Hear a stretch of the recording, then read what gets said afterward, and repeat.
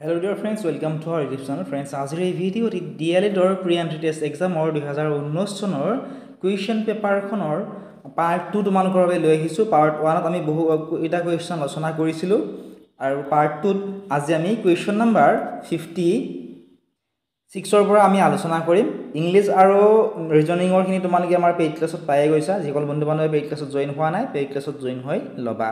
56 number কুৱেশ্যনটো আছিল যে তলৰ কোনটোত এচিটিক এসিড পোৱা যায়। অপশন আছিলে নেমু, ভিনেগাৰ, দৈ আৰু আমলখি। In which of the following acetic acid is found. Acetic acid ক'ত পোৱা যায়? ভিনেগাৰত পোৱা যায়। ভিনেগাৰত এচিটিক এসিড পোৱা যায়। এতিয়া চাও আমি নেক্সট প্ৰশ্নটো, প্ৰশ্ন নম্বৰ 57। উদ্ভিদৰ প্ৰজনন অংগ হৈছে। উদ্ভিদৰ প্ৰজনন অংগ কি? অপশন আছিলে পাত, কাণ্ড, মূল আৰু ফল আৰু ফুল। উদ্ভিদৰ the reproductive part of plant is. উদ্ভিদৰ প্ৰজনন অংগ হৈছে ফুল। অপশন বি হ'ব, অপশন ডি হ'ব কাৰেক্ট আনসাৰ। নেক্সট কুৱেশ্যনটো আমি চাওঁ আহাচোন, কুৱেশ্যন নম্বৰ 58। পলিঅ' ৰোগত আক্ৰান্ত হয়।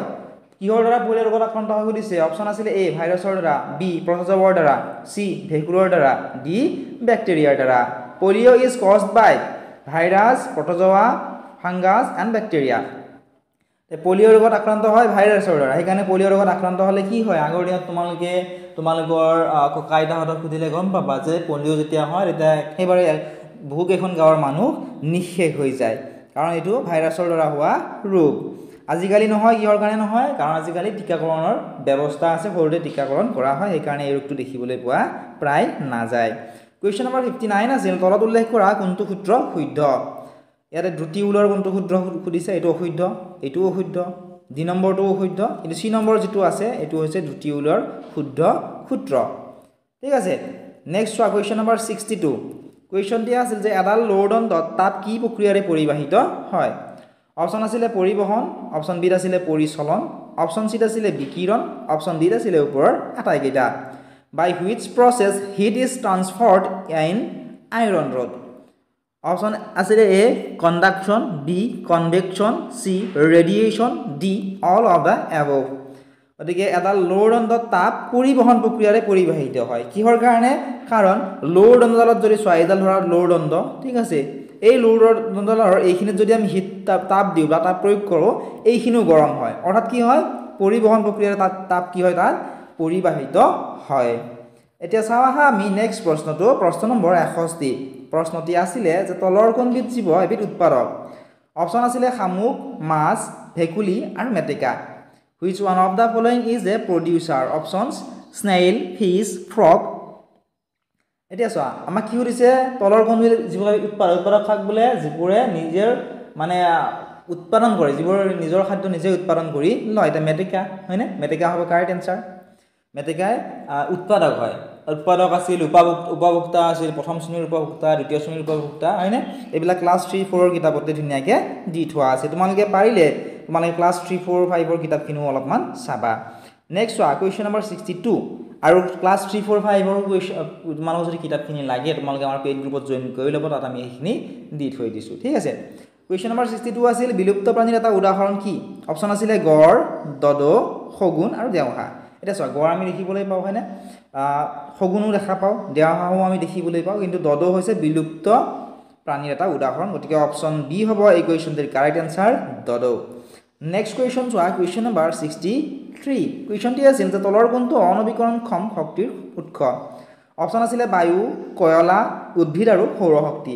অনবীকৰণক্ষম শক্তি মানে যিবিলাক মানে বস্তু বা সম্পদ আমি যদি ব্যৱহাৰ কৰি থাকোঁ, ভৱিষ্যত প্ৰজন্মৰ কাৰণে নাইকিয়া হৈ যাব বা এটা সময়ত নাইকিয়া হৈ যোৱাৰ চান্স থাকে।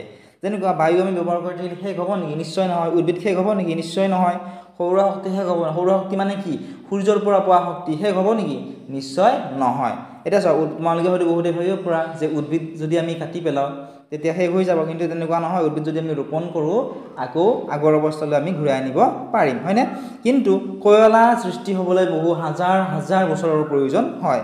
গতিকে অনবীকৰণযোগ্য শক্তিৰ উৎস হ'ব কয়লা। ঠিক আছে, তোমালোকে পাৰিলে নবীকৰণযোগ্য সম্পদ কি হয়, অনবীকৰণযোগ্য সম্পদ কি হয় সেইখিনিও ভালদৰে চাই যাবা।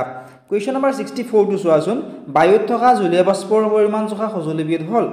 অপশ্যন আছিলে এ থাৰ্মোমিটাৰ, বি ৰেইন গজ, চি হাইগ্ৰমিটাৰ, ডিত আছিলে এনিমোমিটাৰ।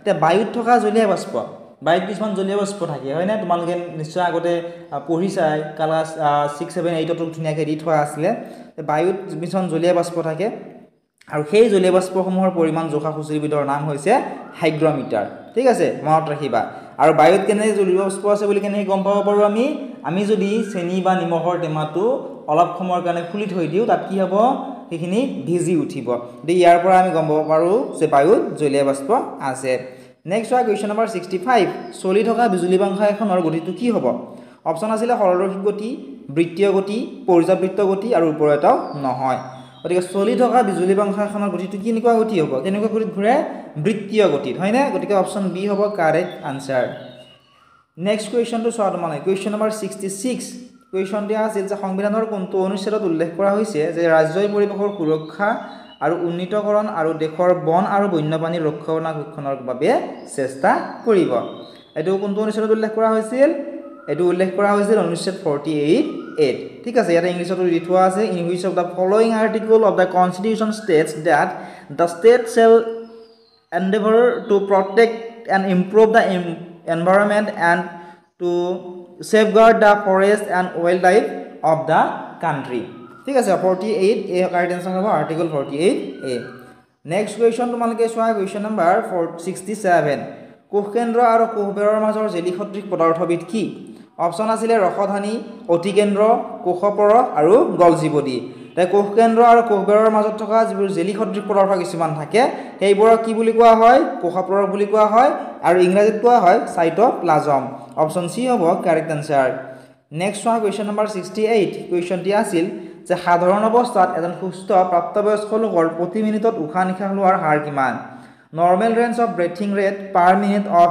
এ healthy adult person at rest is গতিকে এজন সুস্থ প্ৰাপ্তবয়স্ক লোকৰ প্ৰতি মিনিটত উশাহ নিশাহ লোৱাৰ হাৰ হৈছে 15 ৰ পৰা 20 বাৰ ঠিক আছে 15 ৰ পৰা 20 বাৰ সুস্থ প্ৰাপ্তবয়স্ক লোকে উশাহ নিশাহ লয় কোৱেশ্চন নম্বৰ 69 টো তোমালোকে চোৱা কোৱেশ্চন দিয়া আছিল যে নাইট্ৰজেন স্থিতিকৰণৰ দ্বাৰা মাটিৰ উৰ্বৰতা বৃদ্ধি কৰিবলৈ তলৰ কোনটোৱে সহায় কৰে অপচন আছিল এ ভাইৰাছ বিখেলাই সিভেকুৰ ডি আছিল bacteria which one of the following helps to increase soil fertility by nitrogen fixation নাইট্ৰজেনৰ স্থিতিকৰণৰ দ্বাৰা মাটিৰ উৰ্বৰতা বৃদ্ধি কৰিবলৈ সহায় কৰে ব্যাকটেৰিয়া কি ব্যাকটেৰিয়া সহায় কৰে ৰাইজোবিয়াম নামৰ ব্যাকটেৰিয়াই সহায় কৰে যিবোৰ মাহ জাতীয় উদ্ভিদৰ শিপাৰ টেমুনাত পোৱা যায় ঠিক আছে এটা চাও আমি কোৱেশ্চন নম্বৰ 70 সংক্ৰামক ৰোগৰ বাহক কি অপচন আছিল মাখি পৰুৱা ফৰিং আৰু মকৰা the most common carrier of communicable disease is সংক্ৰামক ৰোগ মানে কি যে মানে